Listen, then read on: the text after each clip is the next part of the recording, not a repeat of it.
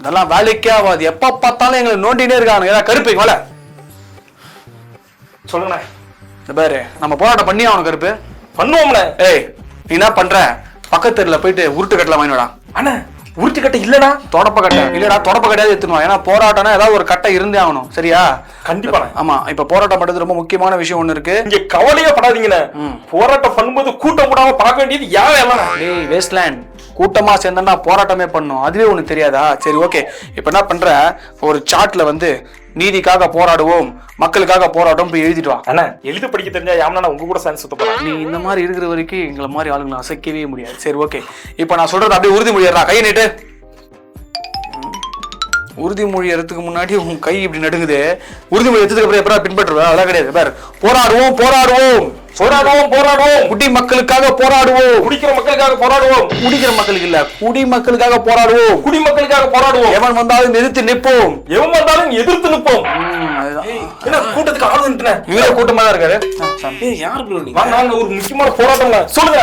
போராடுவோம் போராடுவோம்.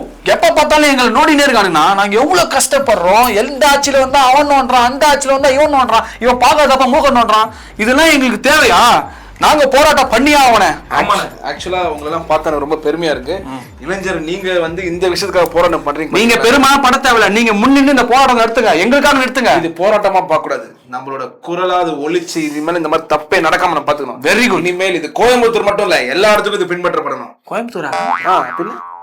நாங்க சரக்கு பாட்டில் 10 ரூபா எக்ஸ்ட்ரா வச்சாங்கன்னு போராட்டம் பண்றோம். சொன்னீங்க இல்லன்னா சரக்கு பாட்டில் 10 ரூபா எக்ஸ்ட்ரா வச்சாங்க. டாக்ஸ் ஏன் டாக்ஸ் சொல்றேன் தெரியுமா?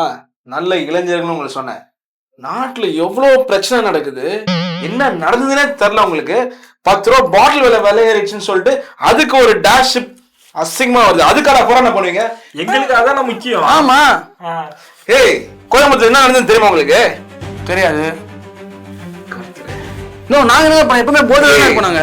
ஒரு 11 வயசு பொண்ணை மூஞ்சி ஒடிச்சு ஒருத்தன் பாலியல் வன்மம் பண்ணிருக்கான். அதை பத்தி உங்களுக்கு ஒரு அக்கறை இல்ல. நாட்டுல அதை பத்தி பேசும்போது நம்ம போலீஸ், அது ஒரு பொம்பளை போலீஸ், அது உட்காந்து சிரிச்சிட்டு இருக்கு. நாட்டுல இதை பத்தி எல்லாம் கவலை இல்லை உங்களுக்கு. சிஎம் அது பண்ணல, இது பண்ணல, பாட்டில் விலை ஏறிச்சுன்னு இப்படி ஏன்டா அப்படி இருக்கீங்க?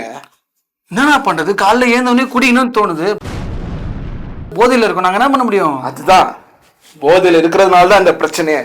அந்த போதையை ஒழிச்சு கட்டதான் போராடிட்டு இருக்கோம். அதுக்குதான் இந்த சிஎம் நம்மளுக்காக ஒரு நல்ல விஷயம் பண்ணலாம்னு சொல்லிட்டு டாஸ்மாக் எல்லாம் மூடிட்டு இருக்காரு. நீங்க என்ன டாஷுக்கு அந்த மாதிரி பண்ணிட்டு இருக்கீங்க? இதுக்கு மேலையாவது ஏய், இன்னைக்கு அது ஒரு ஊர்ல நடந்துச்சு, நாளைக்கு உன் தெருவில் நடக்கலாம். அதுக்கப்புறம் என் வாயில இருந்து சொல்ல வைக்காது. அது வரைக்கும் உங்களுக்கு இப்படிதான் இருக்கும்.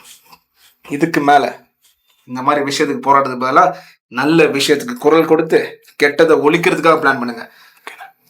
போதை, மது எதுவாக இருந்தாலும் சரி, வீட்டுக்கும் நாட்டுக்கும் கெடுன்னு என்ன டேஷ்டா போடுறாங்க, அதையாவது பின்பற்றி தொடங்கடா. சும்மா கட்சி கொடின்னு தூக்கி போராட்டம் டேஷ்.